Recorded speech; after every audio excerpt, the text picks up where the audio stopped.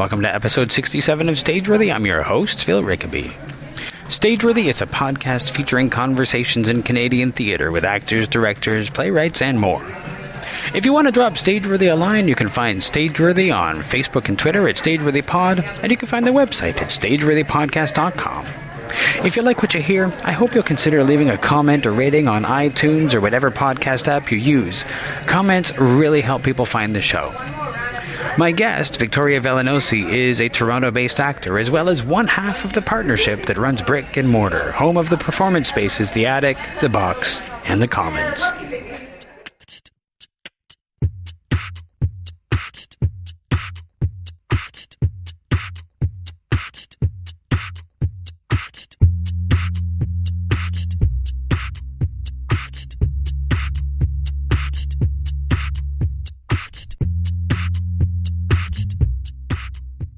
Before I get into, and I want to talk about, obviously I want to talk about Brick and Mortar and all of these.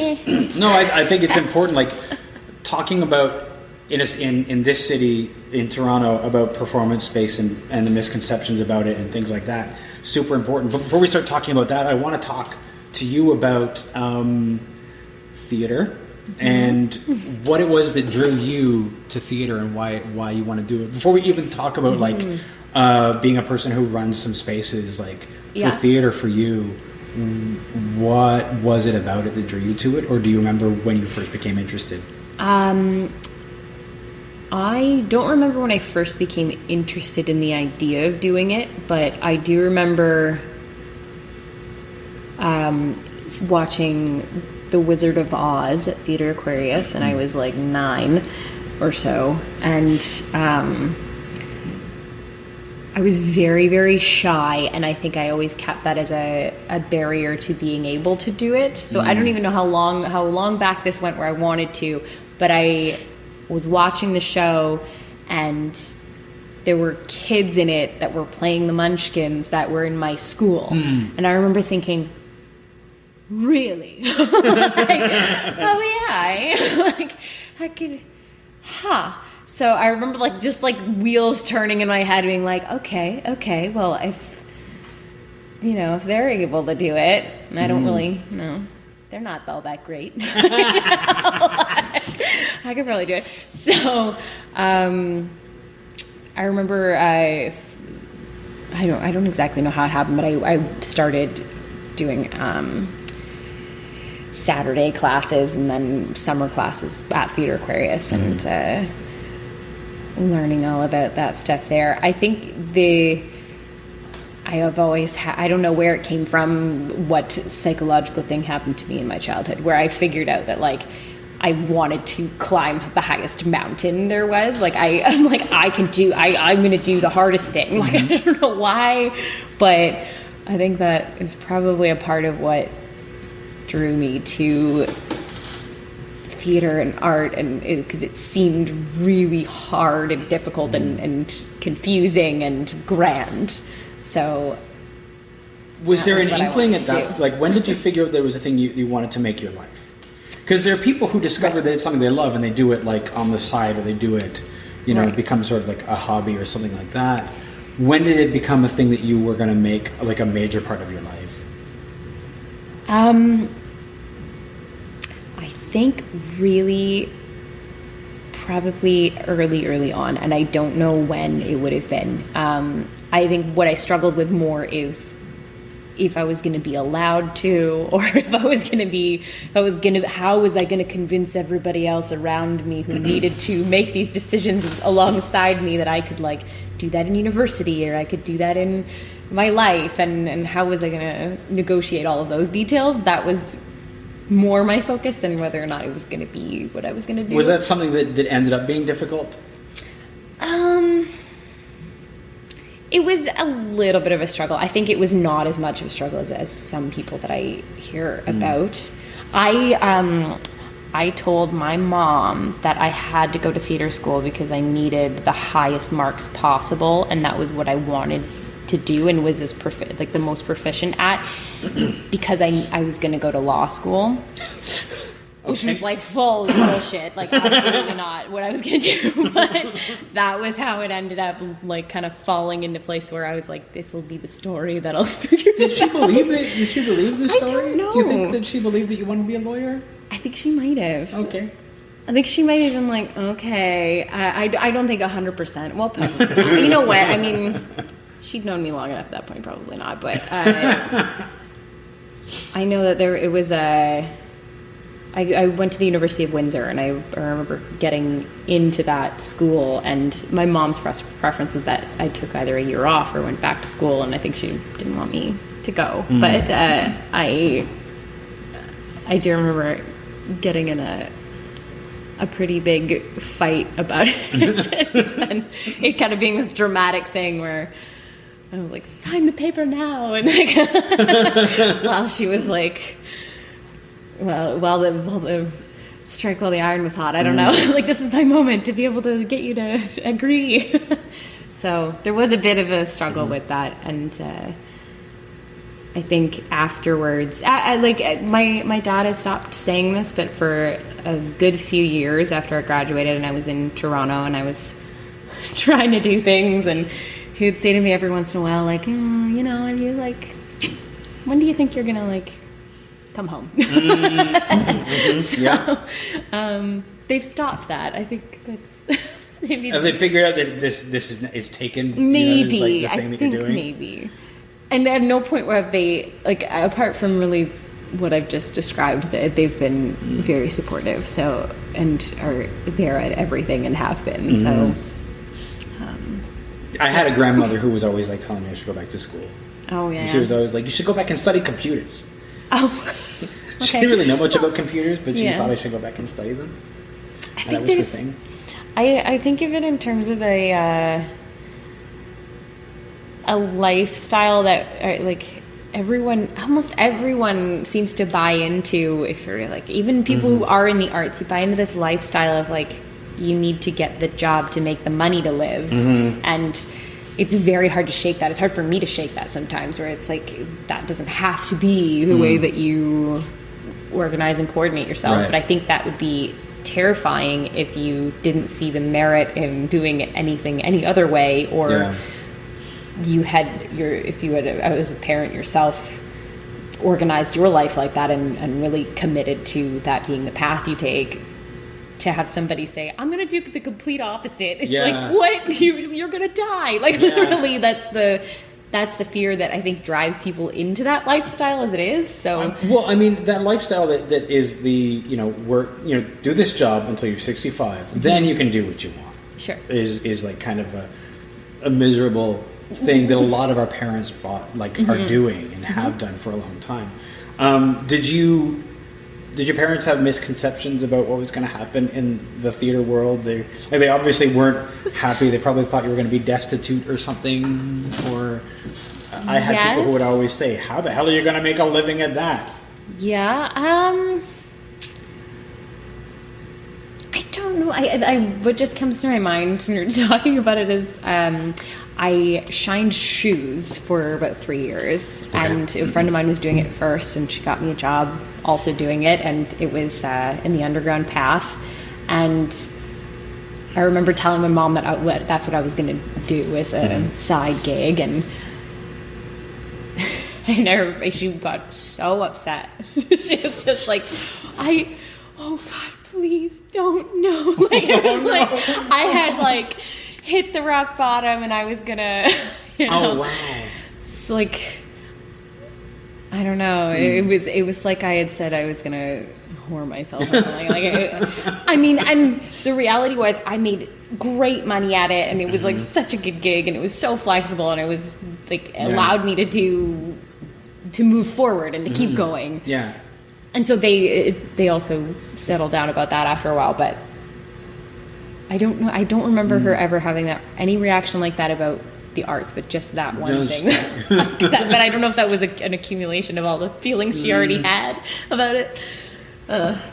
Was there something that drew you to Windsor? Did you apply to more than one school? Yeah.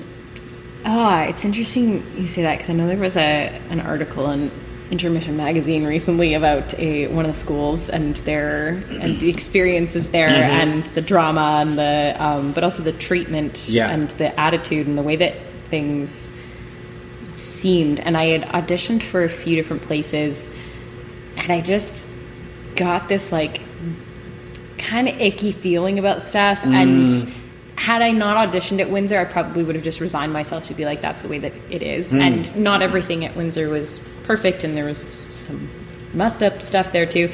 But I do remember the audition process being like the clouds parted, and it was like, oh, this is an actual encouraging, kind, chilled out place. And I remember thinking at the time, like, is it because it's Windsor and they're like, they're hard up for having people come there or something? Like I was very wary of like why they were so nice, but I think it suited me better.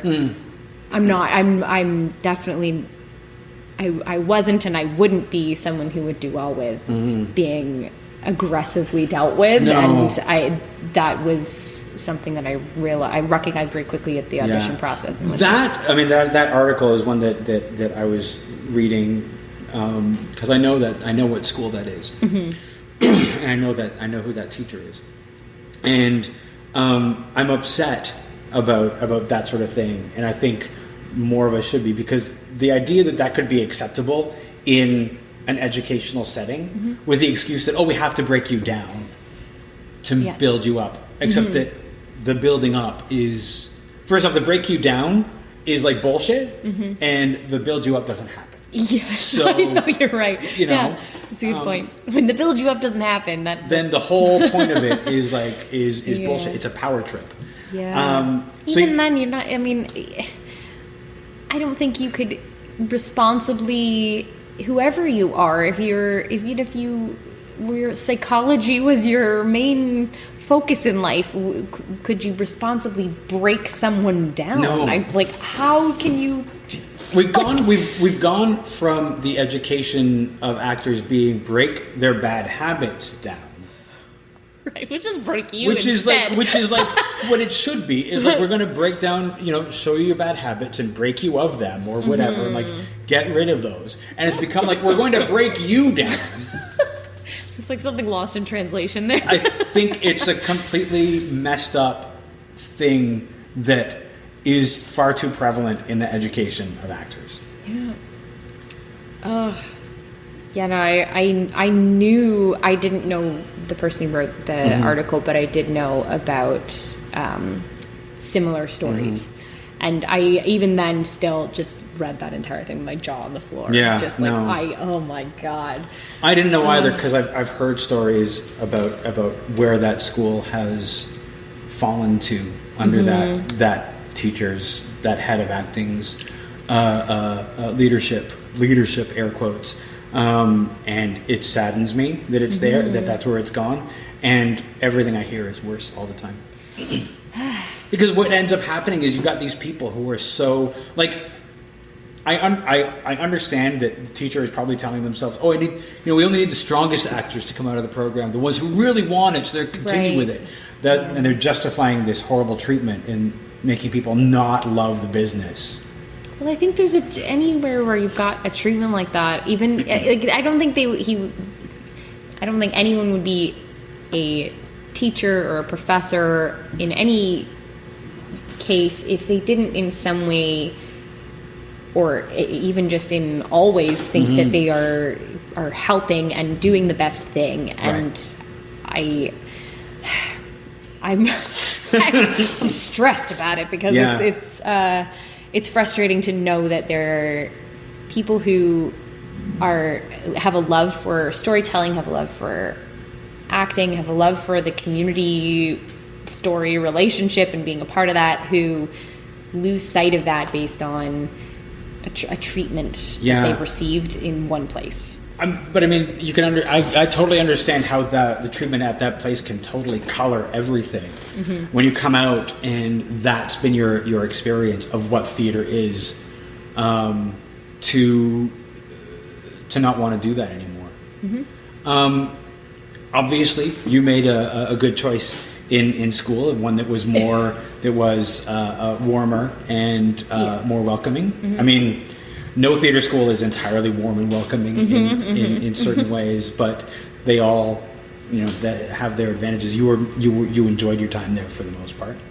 For the most part, yeah. I mean, there were if there was like a Q&A of like, what could we have done differently? I would say like I was very shy, and I think I wasn't the only one who was shy, and I think it's not just at that school, but I think a lot of people don't know how to deal with shyness in another person, and I could see the frustration sometimes with professors, and I heard a lot things like, just stop being shy. Oh, that's helpful. Yeah. Okay. Oh my goodness. Wish you had told me that before.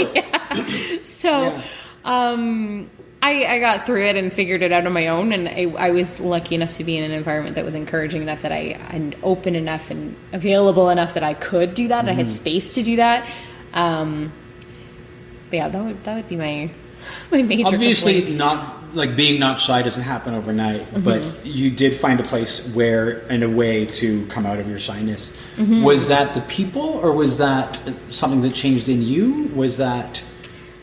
I had a couple of experiences in my personal life around university that.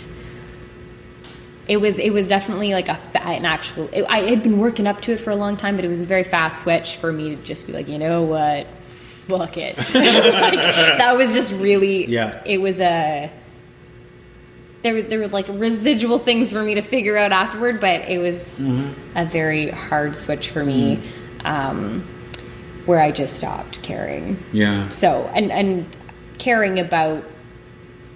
I still cared what people thought and what I was doing and how it was going to be figured out, but I stopped letting that stop me, and I think that was the I think that is the important thing, because I know there's a lot of shy people who getting past that is the trick, and like you care too much to let yourself go past it. When did Brick and Mortar become a thing for you? Like, when did running a space or spaces become a thing for you? So about 4 years ago, I was living with my cousin at the space that is now the Box. Okay. So it was her apartment first. Her roommate moved out. I moved in. She was moving out. I had someone who was supposed to move in, and last minute they failed. And I had a spot in the Fringe Festival, and I had decided I was going to write a musical, and I was going to produce it, and I had never done any of those things before in my life. So this was all around the same time. I was like, no, you have no roommate. Just kidding. You have to cover the rent yourself for 2 rooms. So I realized I had no money to pay for rehearsal space, so I decided we were going to rehearse it in my apartment. So I moved the living room, dining room into what was my cousin's bedroom, and used the open space that was there for rehearsing a 14-person musical or something ridiculous like that. So that kept going on, and I did have some people who stayed for a couple of weeks at a time in between stuff. Then I was directing a show, and they rehearsed it there, and then I had some friends who needed rehearsal space, and so that was happening. And then I don't know what exactly the lead up was to this, but it used to be apparently a storage space underneath there, and at some point they turned it into an after hours thing. It was briefly something illegal down there, and I was still living there, so I had to leave.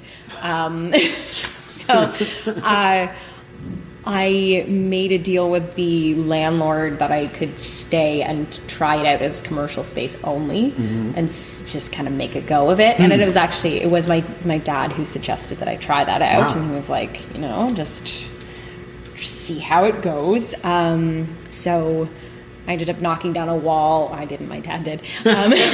Although I have knocked down my fair share of walls now since then. But I we knocked out a wall, put up curtains, added lights and chairs and a whole bunch of fun stuff, and just started going, and ended up getting a website going, and then it went from there. Was there a big learning curve for that, like getting that going? What was that like figuring all that out? Yeah, it was a giant learning curve. I remember looking back after I'd been doing it for a year and thinking I had no idea how much I had no idea about. That was the biggest thing. I was like, wow. Just so many different things, so many different factors. I couldn't even probably list them off all at this point. It helped me to learn a lot about business and then relationships with people and customer service stuff, and it was very insane. And I think, a lot more sympathetic to any business owner now. And at the beginning, it wasn't a business; it was like a necessity. Yeah, and it was like, and then I had a website, and then I can't remember who it was. I ended up with some booking that was like, oh my God, they're booking with me? Like, what? Oh my God. So I was like, I better get my act together. I can't even remember who it was. But I remember I should open a business bank account so I could, accept their e-transfer with my business name and not my personal name. And then I was like, oh, I guess I got checks as well while I'm at it. And then, and so it was a very weird. I didn't intend for it to be a business. Was it intentionally a performance space, or did you mean it to be a rehearsal space, or? When I had actually gone full out to say, okay, it's going to be commercial space, then I wanted it to be performance space. And I mean, at that time, I don't really know what else would have been doing. I feel like maybe the storefront was, I can't remember if they were starting right at that time, but I think, you know what it was? It was Hub 14. That was the only other place I had seen where it was a small place, non-traditional, where they just put up chairs and lights and they're like, let's go. And I was like, that's was Red cool. Sandcastle running at that time, or? I'm not sure. It might have been. I didn't, if it was, I didn't. I don't know. I wasn't sure about them. So I did that for, the years that I have. And then last year, actually 2 years ago, a year and a half ago, I guess now, I needed space and then ended up renting the attic. Which is where we are now. Which is where we are now. From Kasey. Mm-hmm. And I got an email that was like, we've only been open for 2 days. How did you find us? And I was like, I'm extra good. I know the ways. So I rented the space from her, and I was like, at that time I was kind of toying with the idea of opening a second space as well, and trying to figure out exactly how that was going to work. And I was like, damn, I wish I'd found this space first. So I ended up really on a fluke about a week after that, getting connected with Kasey, totally unrelated to the space, and then chatting with her, and I was trying to adopt a dog from the animal rescue that she happened to run, and then she's like, oh, you play Elsa, as I do princess parties, and she does princess parties, and it was just just this weird, what? No. How can you? No. We get mistaken for each other, which is very weird, because I don't think we look alike. So it was very bizarre. And we started on this journey of just kind of figuring out how are we going to work together, and then, I was still kind of looking for a second space, and I was like, you know what? You know what would be really cool is 3 spaces. So we started talking about partnering and then opening another space, and we opened another, this little known fact, we opened another space that we had for 4 days before the landlord was like, get out. Whoa. So we did all of the whole got that space ready to go, up and running, had people booked in for about 2 months, and they were like, nope, doesn't work. So luckily we actually were able to stay for the 2 months that we had at least bookings. But they weren't prepared for what we actually do. We were we're loud, there might be music, there's stuff, shit. They're like, no problem. that happens here already. It's cool. And it was not. No. And it's interesting because landlords and theater spaces are kind of why Storefront is now homeless. Yep. And I think Unit 102 also for the same reason. Yep. But that wasn't an issue with your first space. With the box. Yeah. No. I mean, the thing with the landlord situation. So after we did, so that place was called the Station, which was buried very fast because it just never, it didn't take. And then we opened the Commons on Richmond, and that was another landlord issue where we had to leave, and that was a whole other long story. Different. It wasn't that our activities were unacceptable. That it was a very confusing. An entire family owned the building, and they had disputes, it seemed, as to what the building should be used for. So we were put in there and allowed in the middle. We were allowed to use the space and rented the space and signed a lease, and then it was like, just kidding. And then that was very frustrating. Yeah. But in terms of like the landlord situation, I think what a lot of people don't think about, and what I didn't think about, I remember contacting, when I first graduated, Factory Theater or something, like, I want to put up a play, what's your price? And then sending it to me, and I remember being like, how dare you? Don't you know I am an artist? And I think there's because I thought that, and I get the sense that other people think that, who sometimes approach us about space, is that you think that there's no cost associated with running the space, or you don't consider it. And so what worked out for the box, what works out for here, works out for any space that we've so far, at least at some point, had, has been that it is super, super low cost, so that we can then pass on the low cost space. And so that's what we search for.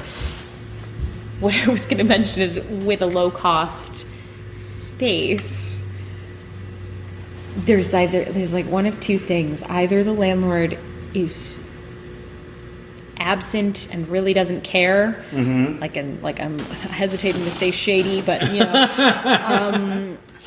or they're inexperienced or just stupid. And so neither scenario is great. No. Neither's a good one to be in. So that's sort of, with the box, it wasn't a stupidity thing. I think it was just the building is very old, and it's become a lot of different things. Right. And grown like a weird wild jungle. And I think when the building was purchased, it was already that. And so I think they've done a very good job in terms of managing all of the aspects of that. So there's a lot that goes on in there that probably couldn't happen anywhere else. What we do in there included. It's a delicate balance. It's like this delicate ecosystem where like everything has to balance and work out, and the superintendent kind of keeps a whole lid on all of that somehow. Yeah, I have been in that situation with the Factory Theater, other theaters. Before there were more independent spaces, your options for doing theater were you could do something at one of the university theaters, but you'd never get media there. Which I learned the hard way twice. That the media won't come because they just figure it's a university show, and so you can't get them out.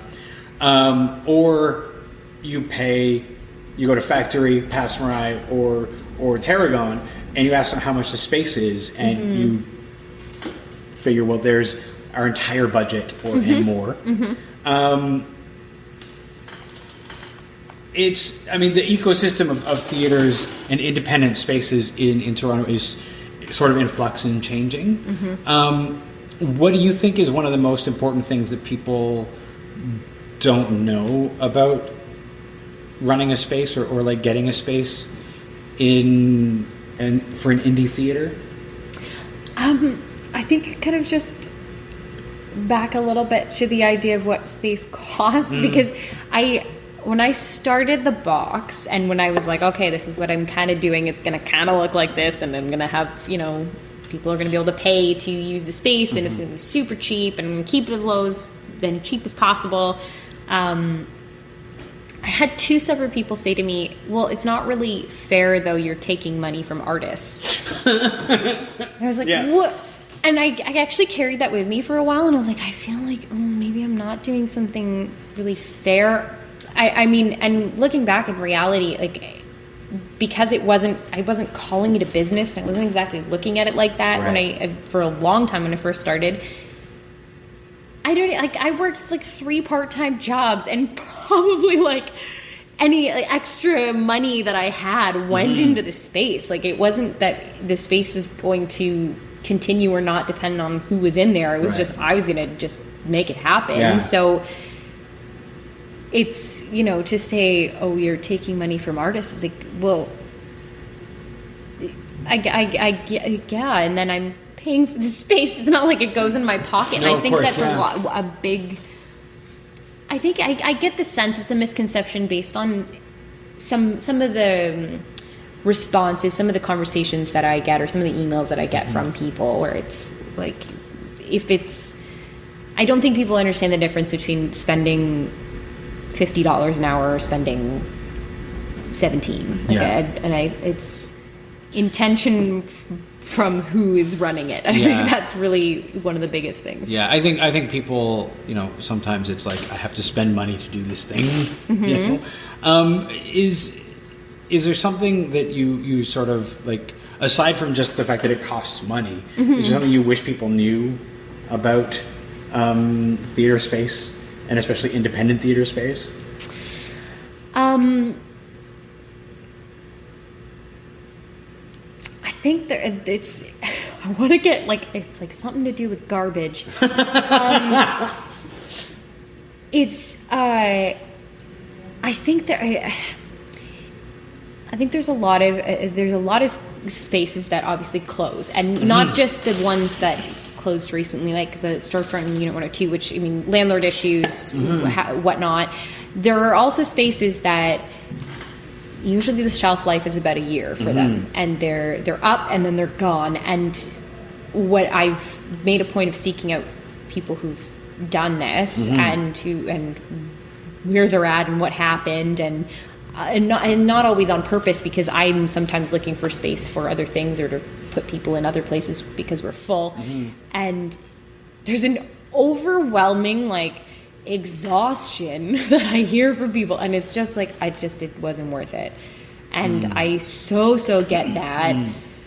And even if your space did close because of landlord issues, to pick up again and do it is and has been exhausting for us as well. And it's kind of about the garbage.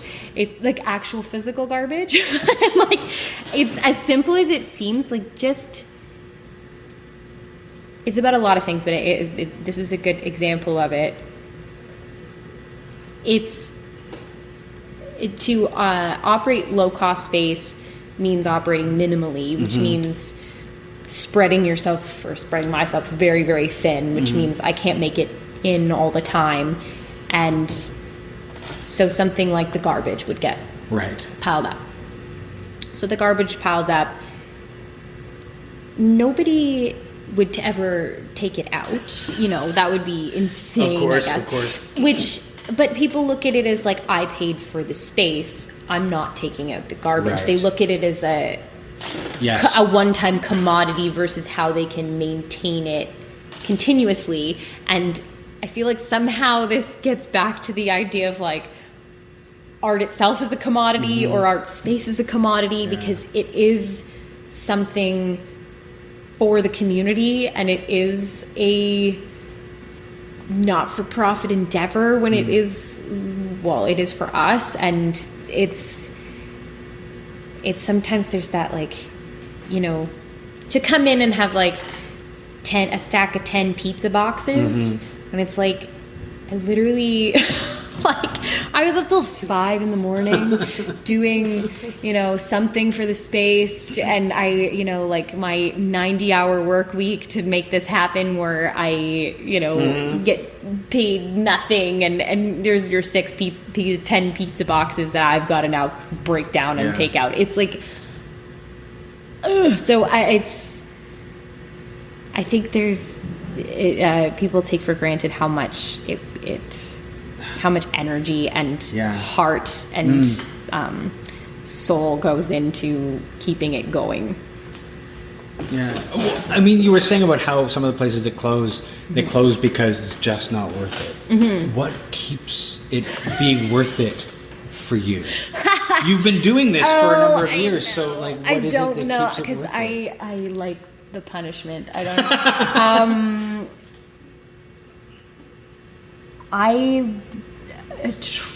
I very recently, I think more so when partnering with Kasey and forming Brick and Mortar and actually looking at, okay, what is it that we're doing and why are we doing it and why is it important? And there is an element of, I mentioned to you that like, it's the highest mountain I could climb, so therefore I'm going to prove that I could do it. Yeah. And I have a history of just doing things because of that, but I think there is an importance to storytelling, and I don't think it means that theater has to be the best one or the only one, or I think it's about creating as many opportunities as possible to share stories and to share the human experience and to share the human heart that connects everybody, that has a greater good kind of a thing in mind. And I think that is where that's kind of where I set my sights, and not every day is that is that in my mind. It can't be. No. And there are days that I'm like, I don't know if I can keep doing this. Absolutely. I've told this story to people and I don't know why they like it, but there was a day where I was at the box and I was cleaning and there was a hot dog in the couch.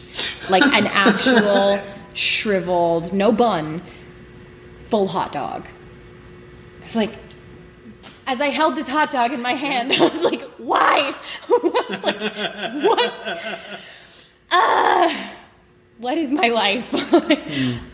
So sometimes it feels like just picking up people's garbage. And then what keeps me going is the knowledge that this is something important. And I think that art hasn't, for a long time, been treated as something important. And so artists have started to believe that it's not important, and audiences have started to believe it's not important, and we kind of go in this roundabout like, well, it's not really important, well, yeah, you're right, well, yeah, you're right, and then it's like downward spiral of a lack of respect for theater and that form of storytelling, which makes it very difficult for then an artist or a storyteller to actually do it. So I think creating opportunities for it to start out small again is where I'm seeing the most importance. I think that's hugely important. I think that we've spent a long time in Toronto, and I think in a lot of places, with your options. Well, here anyway, being your option is like one of the murder stages, or one of the 3 other stages, which are super expensive, and there's a certain, the cost, and also there's certainly, if you're getting one of those spaces, you kind of feel like you have to fill it with stuff. Whereas in a more indie space, you can do more with less, and you can.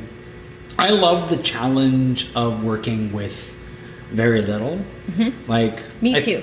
I think about the movie, not Desperado, but the one that came before, Rodriguez's first film, where he was like, I have like no money, I have a guitar case, and I have a school bus in this town. What can I do with that? And like, these are my limitations, and I have no money. What can I do? And I love like that sort of like the art that can come out of imposing or working with limitations. And I think that a small and independent space can really help to feed that. And you've obviously, it's working for you. I mean, garbage and pizza boxes and hot dogs aside. It's like your spaces are people want the space, they need the space. Do you find it difficult to keep people knowing about your spaces, or are people finding you easily? No, you know what? Like, that is one of the coolest things is like, it's a total Wayne's World. Like, if you build it, they will come thing. Like, really, and I know that it was Kasey's experience too with, she hadn't been open very long before we ended up partnering, but she was like, I thought it was going to take me months and I was going to be like, but it's, people need it. And that's what's cool and important and awesome is that people are like, oh, that's amazing. Cool. I'm glad that's here because I needed it. And that's nice. Yeah. This is a great. I didn't know what to expect when you said meet me at the attic, and this is a great looking space. I think, and because it's unusually I think this is an unusual shaped space. Yeah. And I think there's a lot that you could do with something like that. Have you found that people have been doing really interesting things with the spaces when they come in? Like, have they been transforming them? Absolutely. I love when I get to come in and see that the space is a whole other world. It's so cool. A lot of film crews that come in that make our spaces into like a whole other world.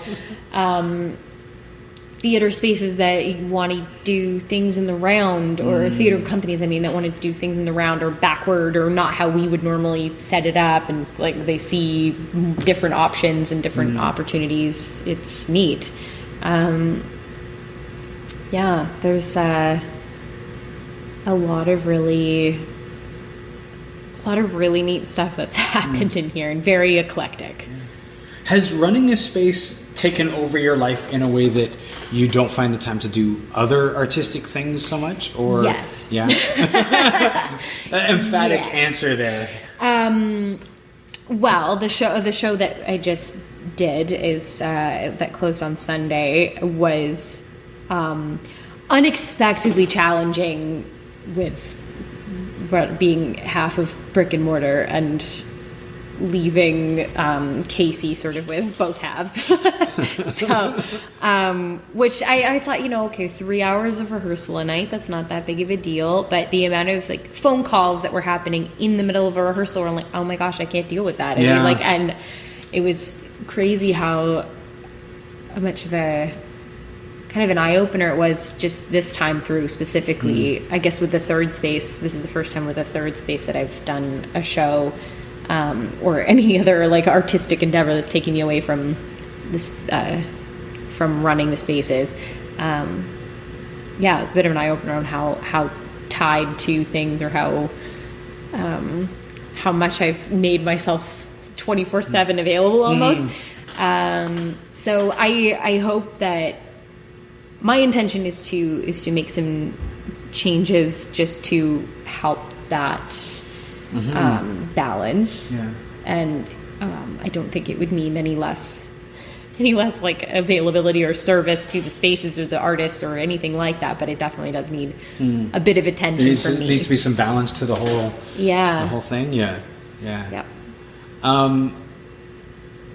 Had you, before you just did that, you acted in a show that was basically put up in a week. Before that, had it been all theater space all the time, or were there other things that you were doing? We do, so every year we do the One More Night Festival. And then just previous to that, in January, we produced something called the 150 Stories Project. And so we did part 1 of the 150 Stories project in January, February. So that was what sort of butted up against this show for me. And then I have produced things in fringe festivals and then put it up in my own festivals that are happening. And so I kind of use the festivals that I'm doing as outlet, like double duty, to let me do my own stuff. It's as also well. great. I mean, being involved in a festival is a great feeder for stuff if you see something that could work in a space. Yeah. There's the One More Night Festival has been a great way for me to connect with different artists and different producers, and so the premise of it is you can put your show up one more night. So it's something that has to have been produced somewhere else at some point, and there's really no other restriction on it. So it doesn't have to be like a fringe festival. No, it can be anything. Could have been anything. And so there are people who've done things that they did at school, or like it was a project at some point, but they're like, oh, I haven't revisited that. I'd really like to just put it up, see what happens, or shows that were out of town that didn't get a chance to do it for people who know them, or even as simple as that is. Like, it's really lovely to be able to put something in front of the people who want to see it. Yeah, of course. Imagine that. And then, sometimes it's just shows that we're like, hey, we had this run. You want to do it again? You get one night at it. It's a simple show. And I find that like the challenge of that brings out really cool, we're going to do it anyway attitudes. So it's a really nice collection of people that just find us themselves. That's great. Do you... The One More Night Festival, are people coming to you for that? Are you seeking them out? Are you advertising for it? I put out a call for it and just say, this is what's happening. Cool. Who wants to do it? And, Now, the 150, what was that? The 150 Stories 150 Stories project. So you did half of that. Not even half. It was like part 1. Okay. I think there was going to be 3 parts of it. Okay. It's like, And do you know when the next part is going to be? It's scheduled currently for May. Okay. And it may have a bit of a schedule change, but that's what's going on now. That project was really cool to try. Can you tell me a little bit about what that project is? Yes. So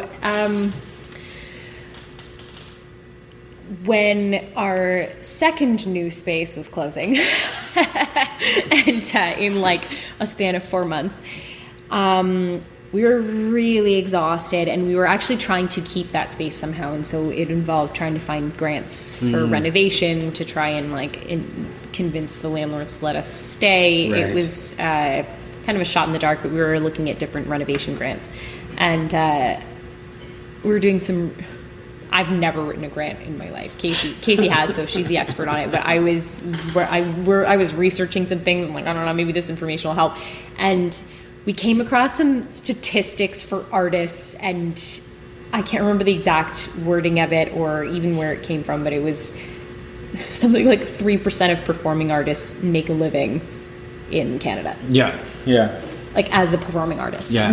That's what it meant. And it was a bit of a sobering piece of information, but also really the piece of information that took us out of the rut of having our space closed, because what?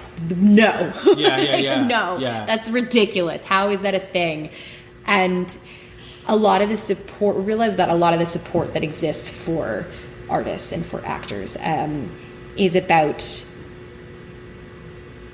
helping them get into that 3 percentile. And here's how you get that job, here's how you get that, here's how you make your career. But what they mean is that this is how you make that career that is 3% of people able to maintain or have happen. Where is the support for expanding that number? Why is it still 3%? So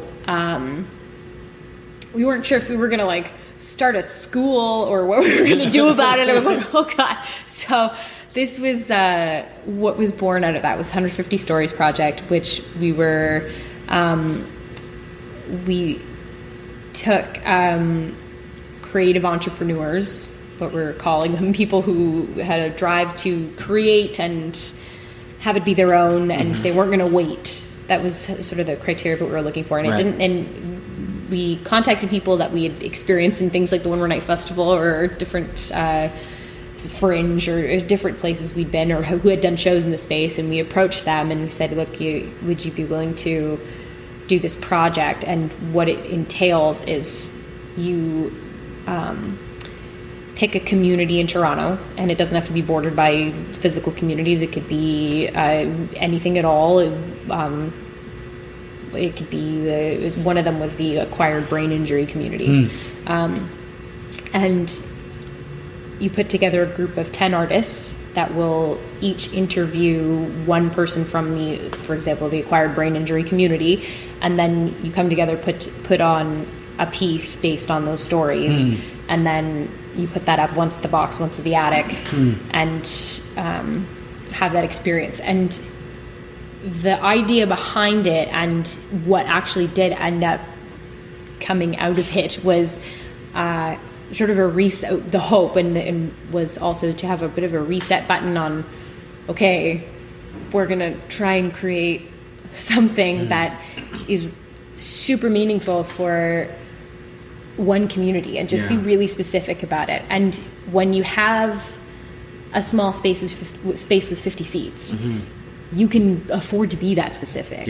And I think while we've had these kinds of spaces in Toronto for a while, I think we've still been thinking in terms of, or creating in terms of, like, creating as if we have 1,000 seats. Like we're like 300 seats to fill every night and just hoping 50 people come, versus actually looking at, hey, we have this really intimate space with this really cool ability to be very niche with what we create. So we ended up having 5 groups do their shows this time, with amazing results and such cool experiences, and people just really floored and excited about what was happening. And then also each of the artists that created things, not all of them had ever produced anything before or who had done anything, and so it's like, okay, well, go forth.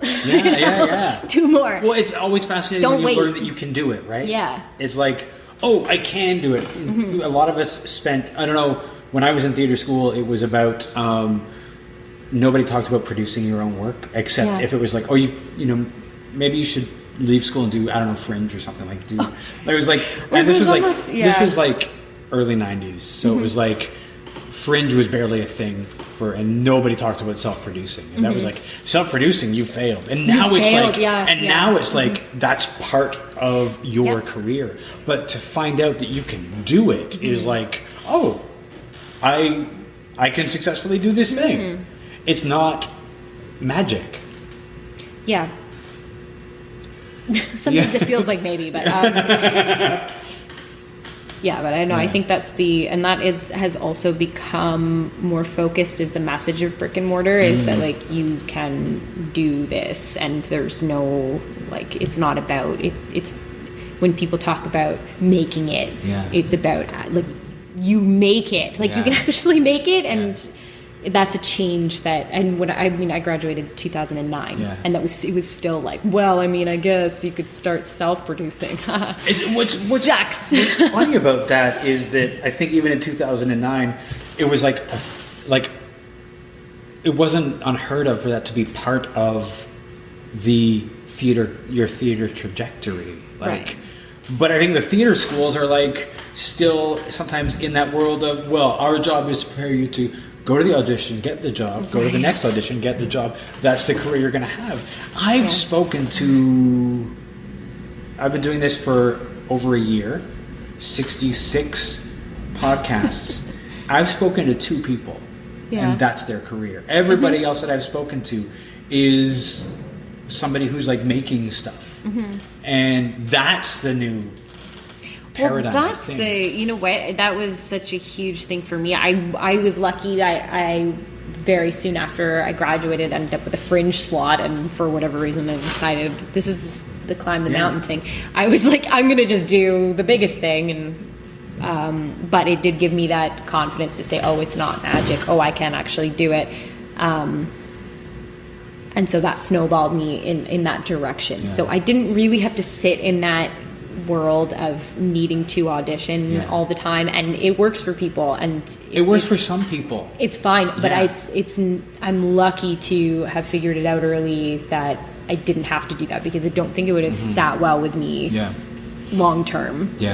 Even the small amount that I did, it was just so draining for me that I don't know that I would have been able to continue. I know that I wouldn't have been able to continue because, you know, going to auditions and not getting the job can be so demoralizing.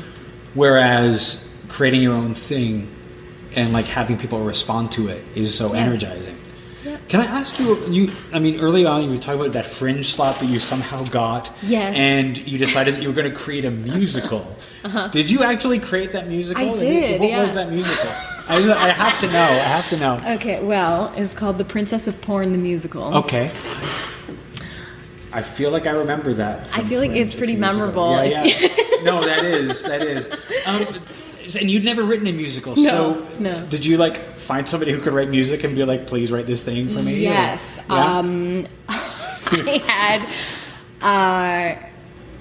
had partnered with a composer who was like friend of a friend, and I was like, cool, you can do this and that'll be great. And we had these production meetings, and at the start I actually had a writing partner, and then he ended up not continuing with it, and so we went into our first rehearsals, like we auditioned people, cast them, went into our first rehearsals, and we did not have one page of music. Okay. There was no music written.